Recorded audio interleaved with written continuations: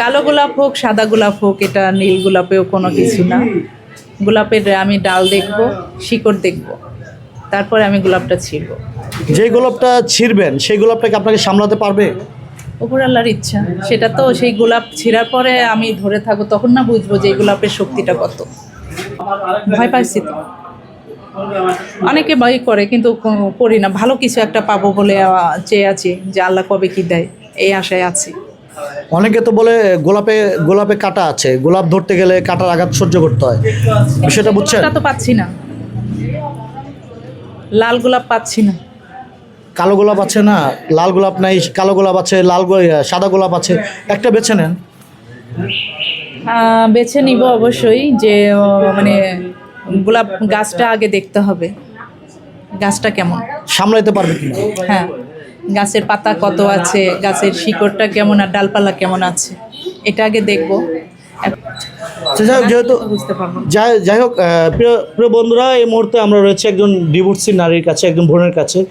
Divorce আসলে আমাদের সমাজে একটি ব্যাধি, এটা আমি আবারও বললাম। তো ডিভোর্সি নারীকে কখনো অবহেলা করবেন না, সবাই সবাই তাদের পাশে থাকবেন এবং সহযোগিতা করবেন, সেই প্রত্যাশা শেষ করছি। আল্লাহ হাফেজ। ডিভোর্সের পর থেকে আপনি এখন পর্যন্ত সিঙ্গেল, হ্যাঁ, বা আপনার স্বামী বলবো, তিনি কি সিঙ্গেল কিনা, বা তিনি কি সংসার করছে কিনা? উনি তো বিয়ে করেছে জন্যই তো আমি পরে সংসারটা করে আসছি। উনি বিয়ে করছে অনেক দিন, আমি জানতাম না, বললাম না। আমার মানে আমি জানার আগে আমার ফ্যামিলি জানছে যে এই করছে। তারপরে অনেক মানে একটা দ্বন্দ্ব ছিল, উনি চলে গেছে। যাওয়ার পরে অনেক চেষ্টা করেছি আনার রাখার, কিন্তু আমি পারি নাই। যে বাবা মানে নিজের সন্তানকে ত্যাগ করে, যে পরিচয় দিতে চায় না, আমি তো তাকে আর ওভাবে নিতে পারবো না, গ্রহণ করতে পারবো না। মানে আপনি যখন ছিলেন তখনই আপনার স্বামী দ্বিতীয় বিয়ে করেছে? হ্যাঁ, পরে জানছি যে আমার 2 বছর, বিয়ার 2 বছর পর থেকে নাকি ওনার সম্পর্ক ছিল।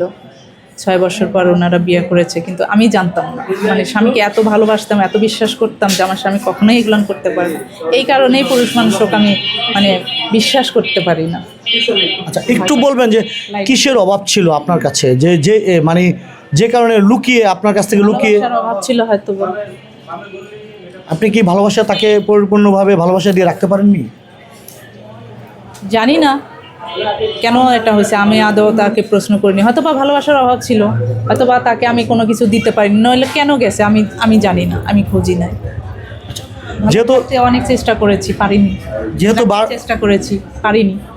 যেহেতু ভার্চুয়াল জগতে বা এটা সোশ্যাল মিডিয়াটা ভিডিওটা পাবলিশ হবে, আপনার স্বামীর উদ্দেশ্যে কিছু বলবেন? না, আমি কিছু বলতে চাই না। ওর ভালো মন্দ আমি কিচ্ছু বলতে চাই না।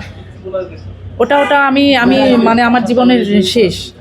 আমি জানি যে আমার জীবন থেকে গেছে বলতে মারাই গেছে। ওটা আমি কখনো এই সামনেও আনতে চাই না, আর ওই বিষয় নিয়ে আমি কিছুই বলতে চাই না। সে যেহেতু বিয়ে করে সংসার করছে, 17 সাল থেকে আমি যুদ্ধ করতেছি, এভাবেই করব। ওই বিষয় বাদ। সে যেহেতু বিয়ে করে সংসার করছে, আপনি কেন সংসারী হলেন না?